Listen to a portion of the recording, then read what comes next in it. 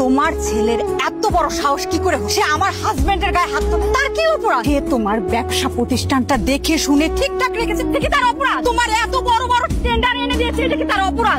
কার জন্য করছে? তার নিজের জন্য করেছে, আমার জন্য করেছে? সবকিছু তো তোমার জন্য করেছে। তোমার মুখের দিকে তাকিয়ে সে দিনের পর দিন কষ্ট করেছে, তোমার জন্য কাজ করেছে, এটা তার অপরাধ? তোমার কুলাঙ্গার ছেলে তাকে মেরে হসপিটালে ভর্তি করছে, তুমি এখনো পাথরের মতো দাঁড়িয়ে থাকবে? তুমি কিছু বলবে না বাবা? তোমার ছেলে কি করছে? তোমার আশকারা পায়ে পায়ে মাথা উঠছে। এরকম ছেলে আমার দরকার নাই। আসুক আজকে বাড়িতে, ওরা আমি তেজ্য পুত্র করবো, ওরা আমি গুলি করে মারবো। তোর এত বড় সাহস, তুই আমার জামাইয়ের গায়ে হাত দেয়? তোর মতো সন্তান থাকার চেয়ে না থাকাই অনেক ভালো। তোর আজকে আমি গুলি করে মারবো।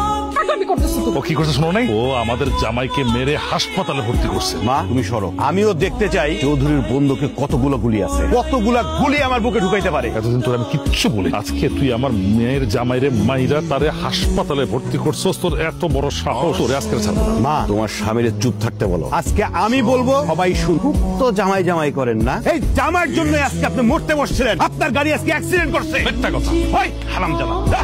স্যার আমার মাফ করে দেন, আমার কোনো দোষ নাই স্যার। স্যার আপনার মেয়ের জামাই আর আপনার মেয়ে স্যার আমার টাকা দিছিল আপনার মারার জন্য স্যার। তারা প্ল্যানিং দিছিল স্যার, আপনার ওই যে গাড়ির ব্রেক লুজ করে আপনার মারার জন্য স্যার। তোমার স্বামী আমার পরিচয় দিতে লজ্জাবোধ করে। আমি কি দোষ করেছিলাম মা? উনি আমার পরিচয় দিতে লজ্জাবোধ করে? টাকা ছাড়া আর কিছুই বোঝে না, উনার কাছে টাকাই সব। চৌধুরী সাহেব, আপনার পরিবার, সন্তান, এগুলো কোনো কিছুর দাম আপনার কাছে নাই, তাই না? সন্তানের ভালোবাসার মূল্য আপনি বোঝেন না। সকাল গড়িয়ে দুপুর, দুপুর গড়িয়ে বিকেল, বিকেল গড়িয়ে রাত, আপনার দেখা নাই। আপনি খুঁজছেন টাকাকে। এসে কি করলেন? সেদিন যা যা হয়েছিল আজকে তাই তাই করে দেখাবো। শুধু পার্থক্য হবে আমি আপনার চরিত্রে অভিনয় করব আর আপনি আমার চরিত্রে অভিনয় করবেন। বসেন ওইখানে, আমি ওইখানে বসেছিলাম। বসেন। হ্যালো। হ্যাঁ। না না বলেন বাবা। চুপ করে বসে থাকতে পারো না? কথা বলছো কেন? না না ভাই সরি ভাই, বলেন না, কাজটা আমার চাই ভাই। বাবা আমার কথাটা শোন। আবার কথা বলো, একটা থাপ্পড় দিয়ে তোমার দাঁতটা ফেলে দেবো। কতবার বলছি এখান থেকে যেতে পারো না? সরি চৌধুরী সাহেব, সেদিন আপনি আমাকে থাপ্পড় দিয়ে বের করে দিয়েছেন, কিন্তু আজকে আমি সেটা করতে পারি নাই। আপনি স্বীকার করেন আর না করেন আমি জানি আপনার রক্ত আমার শরীরে পড়ছে, তাই আমি এত অভদ্র হইতে পারি। মা তোমার স্বামী এত অহংকার করে চৌধুরী বংশ নিয়ে, চৌধুরী চৌধুরী করে, এই যে বাইরের মানুষজন এত সম্মান করে ওনাকে, উনি একবার ভেবে দেখেছে এই সম্মানটা কেন করে? তার নিজের চৌধুরীর জন্য না, রাজা চৌধুরীর জন্য সম্মান পায়। কিসের অহংকার আপনার? তো চৌধুরী বাড়ির অহংকার। আপনি কিসের চৌধুরী? আপনি তো নিজের সন্তানের ভালোবাসাটাই বোঝেন না। তোমার স্বামীকে জিজ্ঞেস করো তো, সারাটা জীবন কেন আমাকে শত্রু ভাবছে? কি দোষ করেছিলাম আমি? আমাকে শত্রু ভেবে নিজের জামাইকে আপন ভাবছে, তাই না? তার প্রিয় মেয়ে তো পাশে বসা, মেয়েকে জিজ্ঞেস করো তো, এই যে ফ্যাক্টরি ইন্ডাস্ট্রি চলছে, এত বড় বড় টেন্ডার পায়, কিভাবে পায় জিজ্ঞেস করো তো। কিভাবে পায় মানে? আমার হাজবেন্ডের যোগ্যতা। তোর হাজবেন্ডের যোগ্যতায় পায় না? মন্টু স্যার আপনার বিপক্ষে কোনো টেন্ডারই পড়ে না, শুধু আপনার টেন্ডারটাই পড়ে, তাই আমি সাইন করে দিই।